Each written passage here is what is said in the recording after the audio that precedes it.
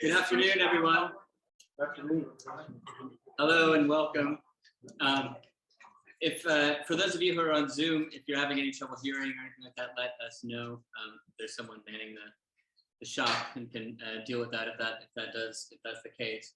But welcome everyone to those here in person and on Zoom. I'm Mike Rubenstein. I'm an associate professor of English at Stony Brook, and I'm delighted to be hosting this event that we put together in order to celebrate the 100th anniversary of the publication of James Joyce's Ulysses.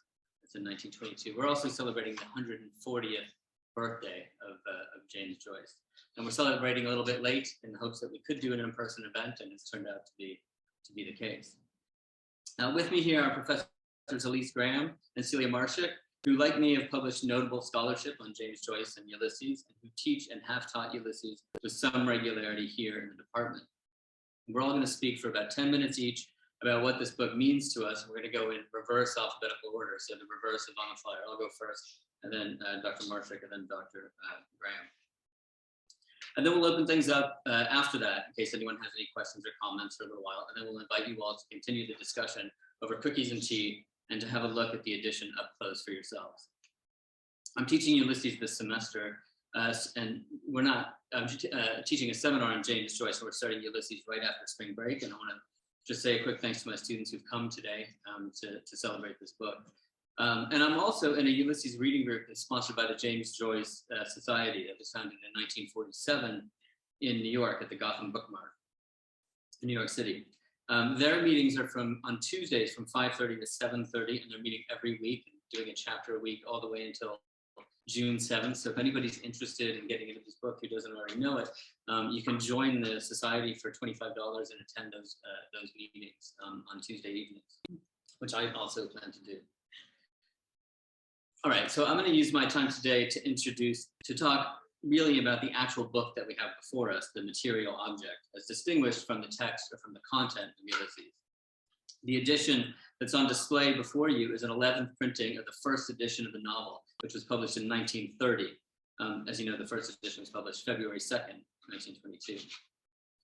This copy was discovered by Professor Elyse Graham as she browsed through a library of books gifted to the department by the university library, which felt it couldn't hold on to it any longer. The library and this edition of Ulysses once belonged to, the whole library and this edition of Ulysses belonged to John Marburger, who served as president of Stony Brook University between 1980 and 1994. Before Marburger, a man named James Whaler wrote his name on the fly page of the book, noting, luckily for us, I bought this book in Paris in March 1932, and those exact words. He bought it from Shakespeare and Company, that is the original Shakespeare and Company store, Sylvia Beach's store that was on 12 Rue de l'Odéon, where she published and sold Ulysses starting in 1922. Not the one, there's another Shakespeare and Co. after that one closed that opened in 1951 by someone named George Whitman. It's still there, and it's located across the river from the Notre Dame Cathedral. Now, we don't exactly have the whole story of how Marburger came to own Whaler's copy of the book, but we do know that Whaler was a literary critic, an English professor at Princeton, mainly specializing in the poetry of John Milton. And we know that Marburger was once Whaler's student. It's not a particularly valuable edition in monetary terms, probably worth something about between $500 and $1,000 based on my very cursory eBay research. But it might be, to put that in perspective, it might be useful to know that a first edition recently sold for $275,000. But that would be the first printing of the 1922 edition. But it is, nevertheless, a piece of the history of literary modernism that we are delighted to have in our department, and to remind us that the words that we study through so many various editions and printings and other media forms nowadays, sort of ethereally through iPads and phones and e-readers and all of that. These texts have a material history that is palpable and wonderful and fascinating in itself. And it's here to remind us that history is very easily lost, if not just simply to forgetfulness and neglect, then to the forces of destruction and death, like the plague of Nazism that tore through Europe just years after this edition was printed. The Nazis started their book burning rituals in 1933 in Berlin, and Ulysses was on their list. So they had lists of kinds of books that they wanted to burn. including books by or about Jews, books advocating pacifism, and pornographic books. So Ulysses, which is largely about a Jewish pacifist sex pervert, ticked all the boxes for the magazine. Remember that this means that Weyler must have bought this book just a year before the Nazi burnings began. The Nazis weren't the only ones burning books, though. In 1923, 500 of the 2,000 copies of the second printing of Ulysses, which were sent to the US, were burned by New York post office authorities. In then third printing, 449 of the 500 copies that were sent to England were burned. I have no idea what happened to the other copies, but I'd be curious to know. So one survived that. But they didn't burn them, they just confiscated them. These are facts which I bring up for two reasons. One, because I think it should make this book's survival and its presence here with us today all the more resonant and powerful. Because there were people, very bad people, as in literally Nazis, who were out to kill this book. And because we see him today in ways as tiresome as they are horrifying, still not finished with book burnings. And in fact, they seem to be enjoying something of a revival here and now in this country today. So let's take a moment to think about this book as a piece of the material history of the book that we're lucky still exists. To imagine the long, perilous journey it took to get to us, not unlike Odysseus or Ulysses himself, who took 10 years and braved all sorts of dangers to get home from Troy to Ithaca. So the first thing you could say, if you're just looking at the book before us, is that you could be forgiven for thinking that in terms of its design, there's really not much to see here. It's blue. It says its title and it names the author, and that's really about it. But there is more to this story. Back when Sylvia Beach was putting out advance publicity for the book at Shakespeare and Company, she used images of the Greek flag to advertise the book. After all, the book is based on Homer's ancient Greek epic poem, The Odyssey. And when Joyce saw Beach's ads, he was captivated by the blue color in the flag, and he decided he wanted his book to be the exact same color. This turned out to be trickier than he had imagined, and in the event, he had to commission a painter, an American friend of his named Myron Nutting, to reproduce the color in the flag. The printer then had to travel to Germany to get the right pigments for the color, and then, because it didn't transfer correctly to the paper at first, the printer had to have it lithographed onto cardboard covers. So Joyce was obsessive about this, but even still, he had his own reasons for insisting on the color. For one thing, the way the color invoked the Greek flag clashes with the Latin title Ulysses in a way that invokes conflict, that conflict between Greeks and Romans. And for another thing, there was a fairly popular theory going around, now more or less debunked, that the ancient Greeks had no word for blue, and that was why Homer, when he referred to the sea in the Odyssey, called it wine dark, which sounds odd to a modern audience as a way to characterize the color of the sea, particularly a Greek sea, which we're used to thinking of as blue, like a deep blue. This idea was put forth in a popular book from 1858 by none other than the Prime Minister of what was then the United Kingdom of Great Britain and Ireland, William Gladstone. It wasn't that the Greeks couldn't see blue, according to Gladstone, it was rather that they just didn't have a word for it. They did, however, have a word that covered parts of the blue spectrum, glaukos, which meant something like bluish green or bluish gray, but that is also the root word for the degenerative eye disease we call glaucoma, from which it is believed that Homer suffered. Well, actually, that Joyce believed that Homer suffered from it, and which Joyce definitely suffered from. Part of his history of eyesight problems that involved something like 25 separate surgeries, and which left him practically blind by the end of his life. So one possibility is that we see blue on the cover of this book as a way of seeing or of apprehending the loss and the failure of sight, a failure that Joyce was suffering as he was writing, and that connected him, or so he thought anyway, to Homer. Moreover, Joyce riffed comically on Homer's wine dark sea with his own compound creations. 5 pages into Ulysses, he has his character Buck Mulligan referred to the snot green sea, which I take in part to be a translation of Greek blue into Irish green, which would be a way of indicating that he is translating, so to speak, an ancient Greek epic into a modern Irish one. And also, because his friends are just about to jump into it, Buck calls it the scrotum tightening sea. Joyce was famous for nothing if not going from very, very high to very, very low in quick succession. But however you look at it, the blue cover of Ulysses is meant to be thought about, weighed, and contemplated against all of these considerations. But you have to know something about Homer and about ancient Greek and about Ireland and about Great Britain.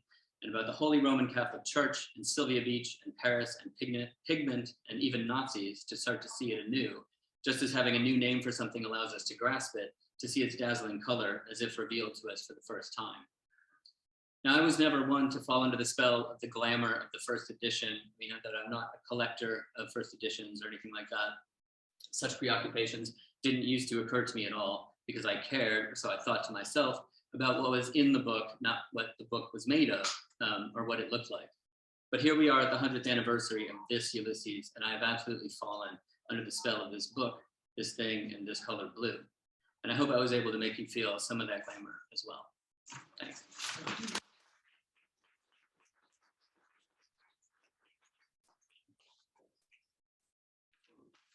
Thanks, Mike. That was just lovely. I do want to let people know we meant to announce that if you're getting cold in the back, you should feel free to shut the windows because they're so open back there. This is, I'm going to start someplace quite low, but when I was thinking about, talking about Ulysses today, I was thinking about it as both the best book never read and the best book ever read. So I'm going to start with the best book never read. And for me, I was remembering when I first heard about Ulysses, and it was when I was an undergrad at the University of Minnesota. And I heard about it because a friend's boyfriend, who none of us liked, was known to sit in the local coffee shop with Ulysses open in front of him. And my friend told me what Ulysses was and told me that she was absolutely certain that he wasn't reading it. It was just a problem. And so as an undergrad, I never had a class in Ulysses. The students in Mike's class this semester are really lucky. But I did, of course, discover it in grad school.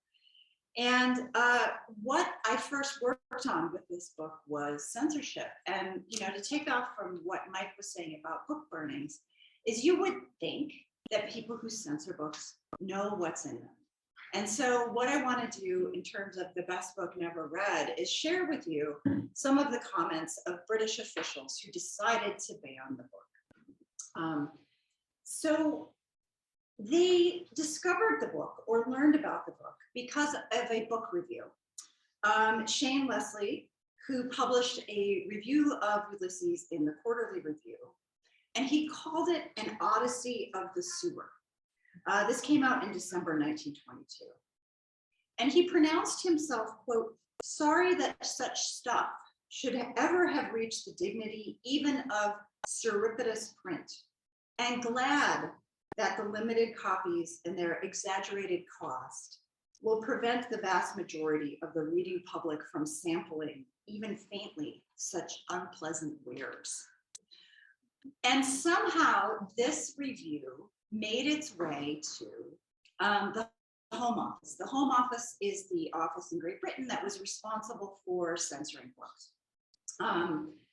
Joyce, who read it, said this might actually be very effective in a way that the writer didn't intend. He thought that bad publicity would be good for him. And it was good for him in terms of getting his name around, but it was not good in terms of the fate of his book. And the numbers Mike shared with you really showed that, the destruction of it. And so when the people in the Home Office read this, they do end up with a copy. It was one that was seized by the custom officials. Maybe it's one of the copies that you mentioned, that you wondered where it was. And they have a meeting about it later in the month.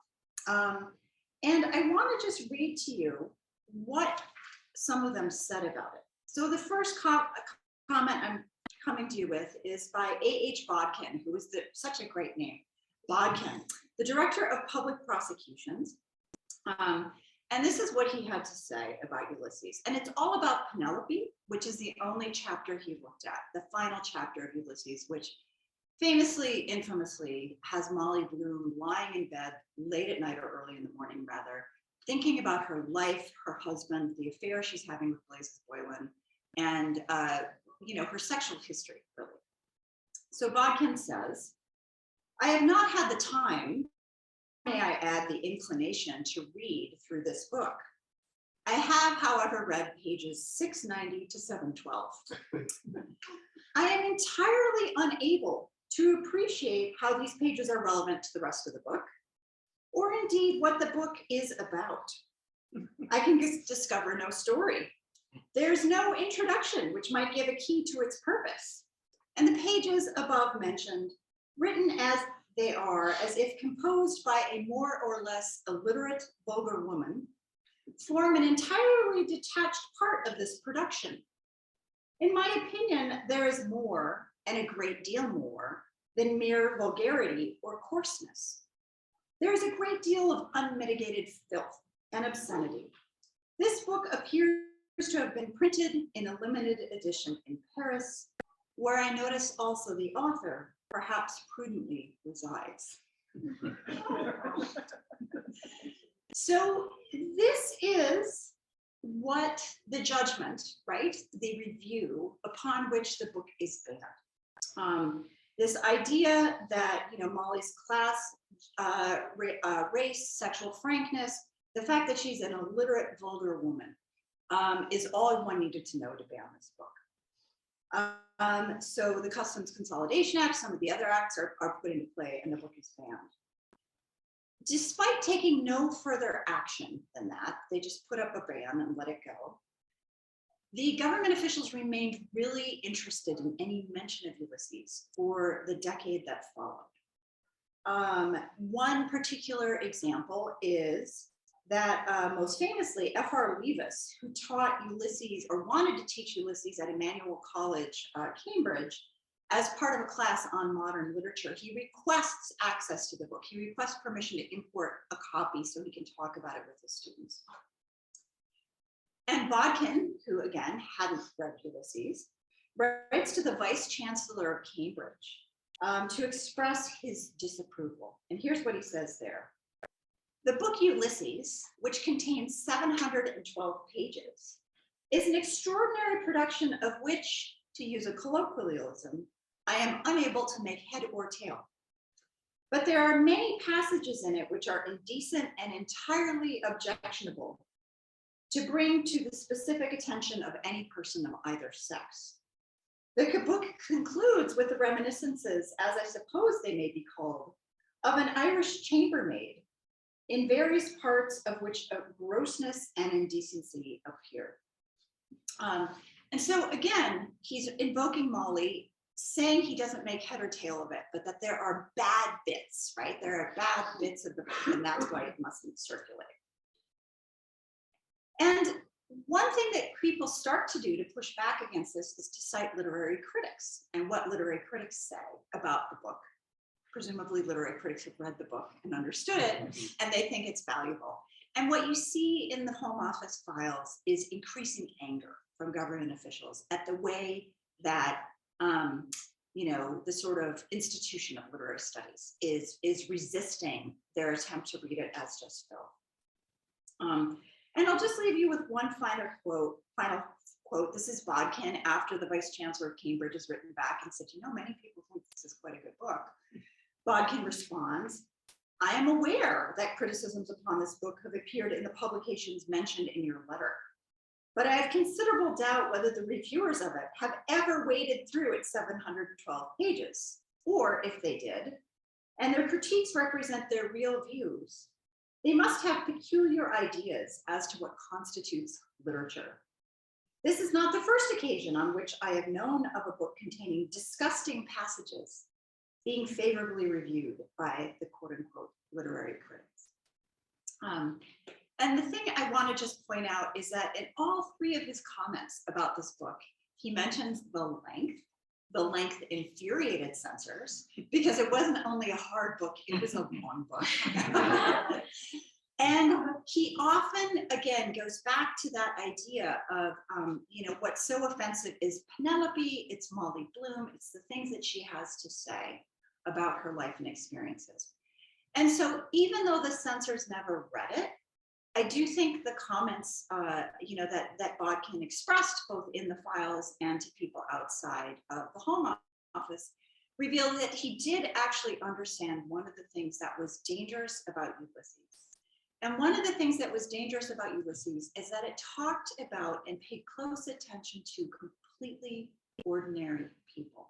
Someone like Molly Bloom was not the stuff of literature, but And Bodkin picked that up and thought that that meant that Ulysses was non-literary, instead of seeing it as part of Joyce's modernism. So, the book that's never read, right, becomes, of course, the book that is ever read and always read, and that we're here to celebrate today. And one of the things that I've always appreciated about Ulysses, and I do have my copy here, you can tell how much it has been loved.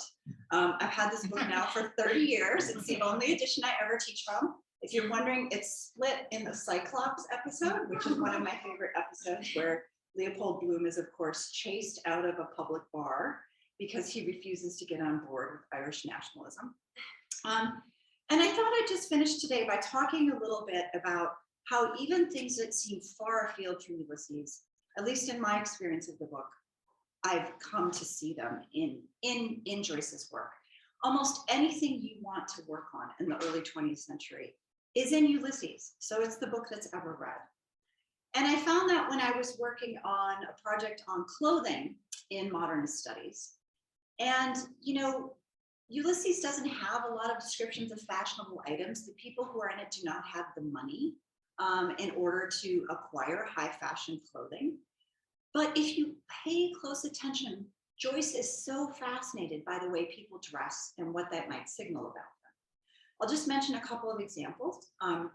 One is that the Blooms run a secondhand clothing business, or at least they have at one point in their lives. And it seems like this casually thrown away comment, but when you delve into the secondhand clothing business, you learn that Jewish people, it was often a profession that they pursued. And the fact that the Blooms are selling secondhand clothing signals their relationship to Jewishness. It also, again, signals what's so dangerous about Molly Bloom, because she's making money outside of the house through the secondhand clothing business. There's a character named Macintosh, who is erroneously identified as Macintosh after he shows up at a funeral and a reporter who's not paying very much attention writes down his name. Someone says the man in the Macintosh, and he writes down Macintosh, and it's later printed in the paper. And you might wonder, and he shows up throughout the book, the man in the Macintosh appears throughout the book. And you might wonder, well, why on earth is that garment the thing that Joyce chooses to clothe this man in? But when you know that Joyce is writing this book during World War I, it's published afterwards, even though it's set in 1904, and that there are many men who are wearing Macintoshes in the trenches of the Western Front, who are fighting and dying in that cloak, suddenly the fact that someone's identity can be abstracted by a garment and that it might be dangerous to them makes a lot of sense. Macintosh finally appears in the Circe episode where he pops out of a trapdoor. There's the sound of cannon shot, he disappears, and there are poppies around, which is a direct reference. Poppies are the symbol of the dead who died in Flanders. They're everywhere in the Flanders fields. They become the thing that people wear in their buttonhole to remember World War I veterans. Macintosh is a way Joyce thinks about wars, violence, and the way you might live as an individual but die as a mass in modern industrialized warfare. And the final thing I'll say about clothing in Ulysses is Stephen Dedalus is introduced to us in the first chapter as wearing secondhand pants. He refuses to wear his friend Buck Mulligan's secondhand pants because they're the wrong color, because Stephen is in mourning for his mother. He's only wearing black. Buck offers him gray trousers and he won't wear them because that would not follow the codes of mourning that show his deep loss at that time. He is, however, wearing a pair of Buck's boots. And one of the things that he thinks about in Proteus is he looks at his feet and he thinks about what's on his feet as though he's looking at both Buck's feet and his own. And it becomes a way for him to think about his relationship with Buck Mulligan, who he resents, but upon whom he also depends, and upon his relationship in general with other people, and to what extent he can separate himself from those who surround him. So whether you're looking at secondhand clothing or Macintoshes or Plumtree's potted meat, which is the food Molly Bloom infamously eats in bed with her lover, and there are crumbs of it in the bed at the end of the night. You can find it in Ulysses, the book that was never read and now is ever read. Thank you.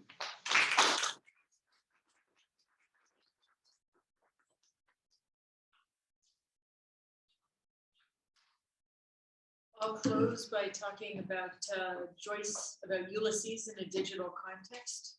We've touched on book burnings a little bit, but the challenge, of course, is that a book as influential as Ulysses has had an effect even on the design of the delicate inner reaches of computer systems. We can burn as many books as we like, but we can't undo the digital turn. So I want to talk about some of the ways in which literary computing and even the design of computers in general have taken inspiration from this book. Computers are just machines that imitate other machines, and the book is a kind of machine.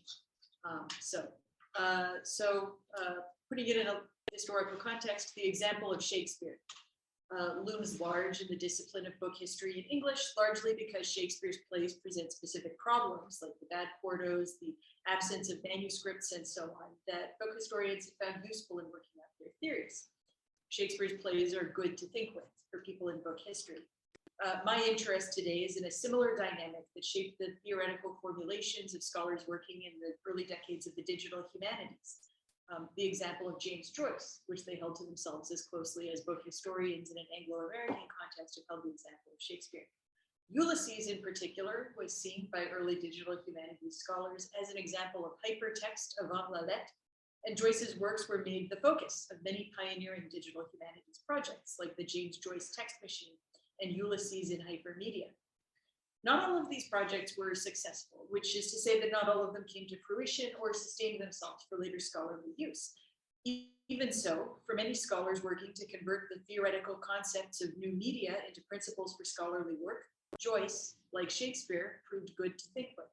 Studying Joyce can therefore help us to understand a surprising amount about the history of the digital humanities. James Joyce and Ulysses in particular proved to be incredibly influential in the thinking and conceptual models of the literary scholars in the 90s and early aughts who pioneered what became known as the digital humanities. So starting in the 1960s, after the 1962 publication of Marshall McLuhan's The Gutenberg Galaxy, James Joyce began to acquire prominence as a common resource for scholars working across the domains of hypertext theory, media studies, corpus analysis, and the design of digital reading interfaces. Joyce served the needs of those scholars whose work constituted the collective staging ground for what would later become the digital humanities, in part because he's a literary writer and many of scholars of new media early on had literary backgrounds. For these scholars, the Joyce connection was highly legible, and for their departments, it was advantageous. Finding literary genealogies for emerging new media formats like hypertext meant that we could have the cool stuff, the computers, in a literature department to keep the historians from getting their grubby mitts on. But if literariness was the only cause for Joyce's elevation into the digital media theory canon, any literary scholar might have served in his place. As was true of Shakespeare for textual scholars, Joyce's Ulysses presented a particularly attractive suite of formal features for early media theorists. In its privileging of the nonlinear and the non-sequential, its exploration of alternate narratives within the main narrative, its abundance of connections and cross-references, of associative linkages between widely spaced blocks of text, its apparent foregrounding of the activity of the reader, both in scenes of reading staged within the narrative and in the burden Joyce places on the reader to contextualize details and connect disparate passages, its presentation of esoteric material that positively demands annotation, and its appeal to a multitude of sensory and media forms, suggesting the possibility that the novel might be more faithfully realized as some kind of a total, global work.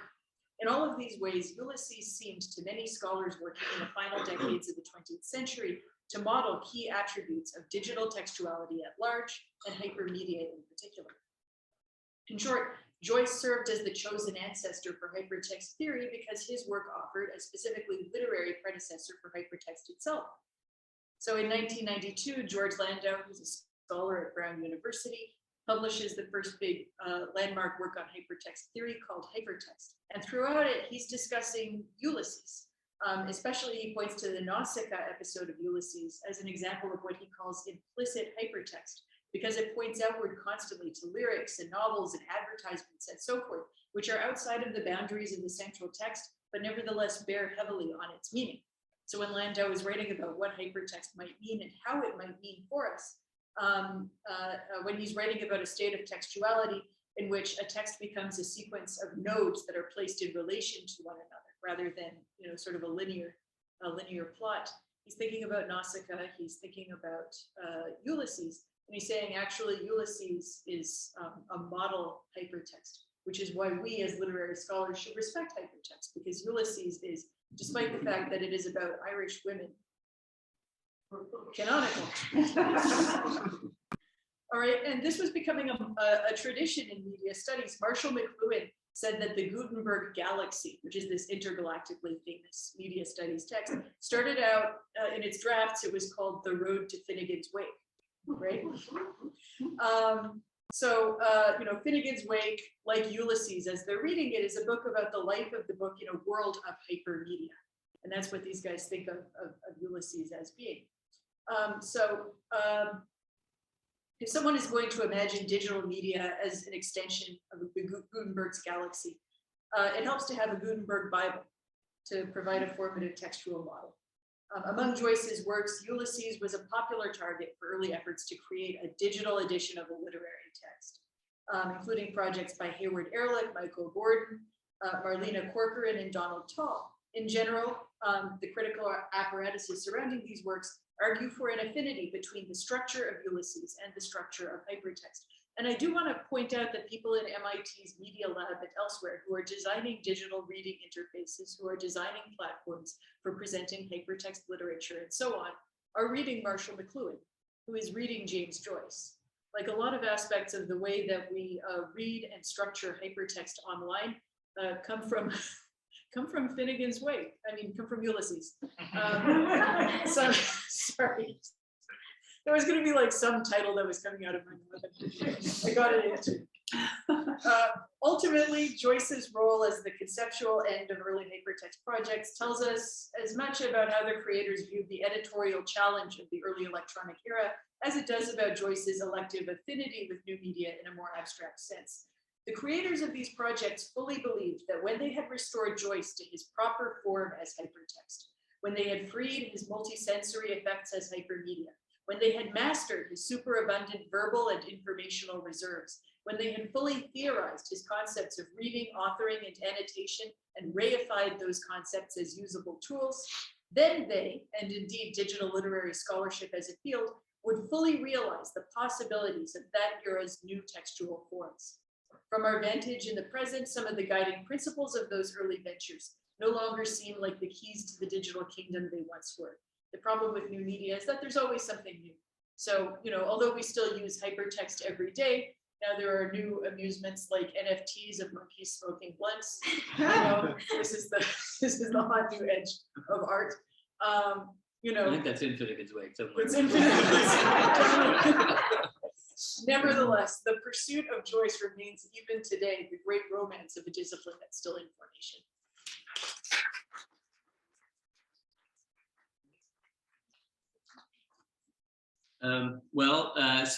I think, Elyse, did you bring a passage also to read? No, I didn't bring a passage to read. Just the phrase "humid night blue fruit."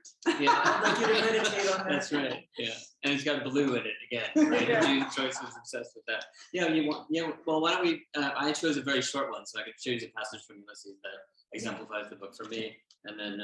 Yeah, I've got one paragraph. We should. It feels like we should read some of it. Yeah, we didn't get much into the content of the book at all. So this comes from the Ithaca chapter of Ulysses, which is structured as a catechism, a series of questions and answers. And the questions are fairly reasonable, but the answers get more and more absurd as you go on. This one is kind of funny and kind of dark, so I'm going to read it. It's pretty short. So in this chapter, Stephen, Daedalus, and Leopold Bloom end up back at Leopold Bloom's house to have hot chocolate after their night out at the brothel. And so then the narrator asks, what relation existed between their ages? 16 years before, in 1888, when Bloom was of Stephen's present age, Stephen was 6. 16 years after, in 1920, when Stephen would be of Bloom's present age, Bloom would be 54. In 1936, when Bloom would be 70 and Stephen 54, their ages initially in the ratio of 16 to 0 would be as 17 and a half to 13 and a half. The proportion increasing and the disparity diminishing according as arbitrary future years were added. For if the proportion existing in 1883 had continued immutable, conceiving that to be possible, then until then, 1904, when Stephen was 22, Bloom would be 374. And in 1920, when Stephen would be 38, as Bloom then was, Bloom would be 646, while in 1952, when Stephen would have attained the maximum post-Diluvian age of 70, Bloom, being 1,190 years alive, having been born in the year 714, would have surpassed by 221 years the maximum antediluvian age, that of Methuselah, 969 years. While if Stephen would continue to live until he would attain the age in the year 3072 AD, Bloom would have been obliged to have been alive 83,300 years, having been obliged to have been born in the year 81,396 BC. Stephen is 22, Bloom is 38, but that was the answer. So what events, this is the last part, what events might nullify these calculations? The cessation of existence of both are either the inauguration of a new era or calendar, the annihilation of the world and consequent extermination of the human species, inevitable but unpredictable. A little dark and a little funny, as usual.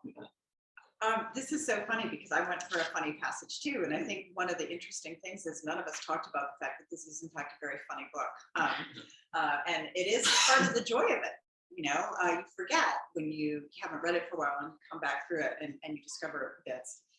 So I'm going to read a paragraph from Oxen of the Sun. Oxen of the Sun is infamous for its style because it traces the evolution of the English language as the episode unfolds. So it starts with, I forget, is it early English or is it? Yeah, and it ends with modern slang. And all that's happening in Oxen of the Sun is Leopold Bloom has gone to the maternity hospital to ask about a friend of his who's giving birth that day to see how she's doing. And when he gets there, he hears, and there's medical students there partying, and they invite him to join the party. So this is what happens in Oxen of the Sun. But it's written in this history of the English language.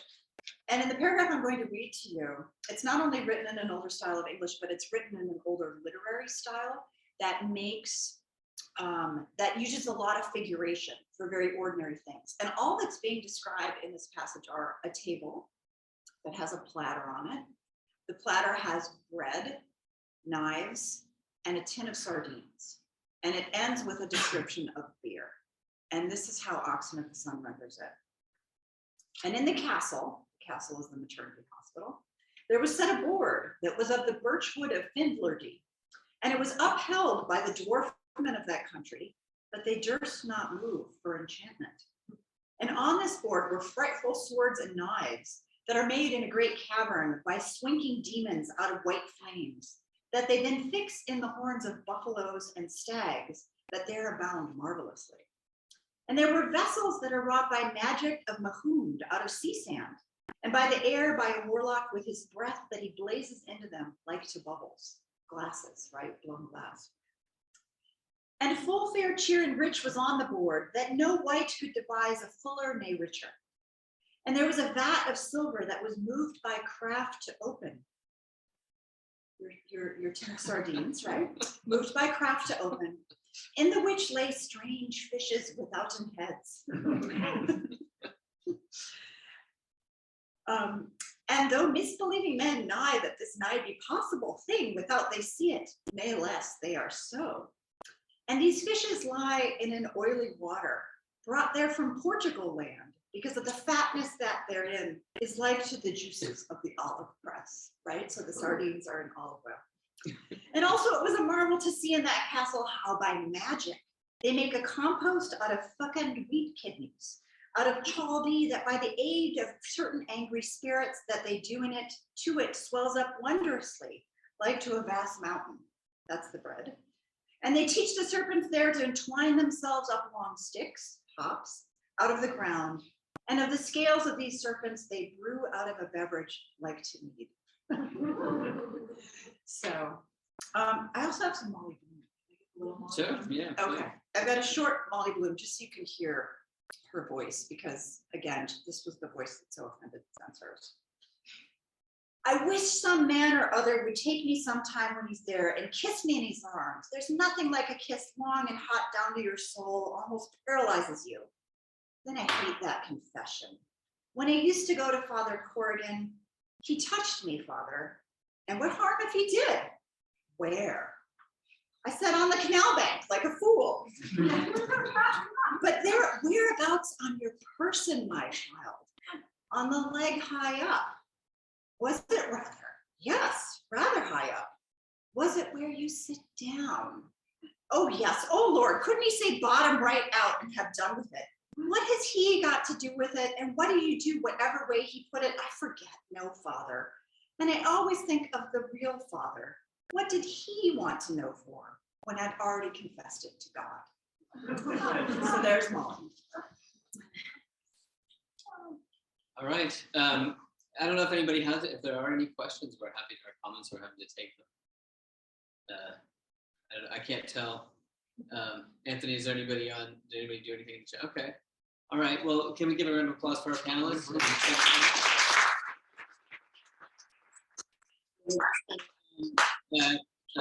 Have a conversation over cookies and tea for those of you who want to stay. Thank you all for coming once again. And the book will be on display shortly. We're going to find a stand for it and put it in this case up here so we can admire it over the course of the semester. So thank you all for your attention and enjoy some refreshments.